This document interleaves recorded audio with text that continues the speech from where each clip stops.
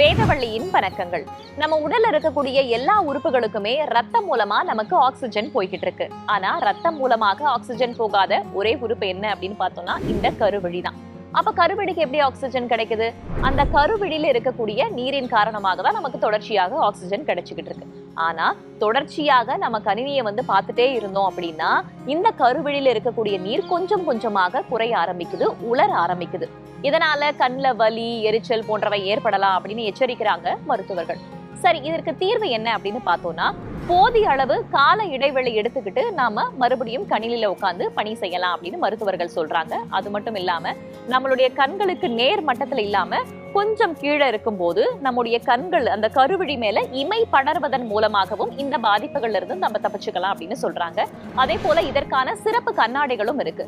அந்த கண்ணாடிகளை நம்ம அணிஞ்சுக்கலாம் அப்படின்னு மருத்துவர்கள் பரிந்துரைக்கிறாங்க. இது ஹெல்தி டாக்ஸ் வித் வேதா, அறிவோம் ஆரோக்கியம்.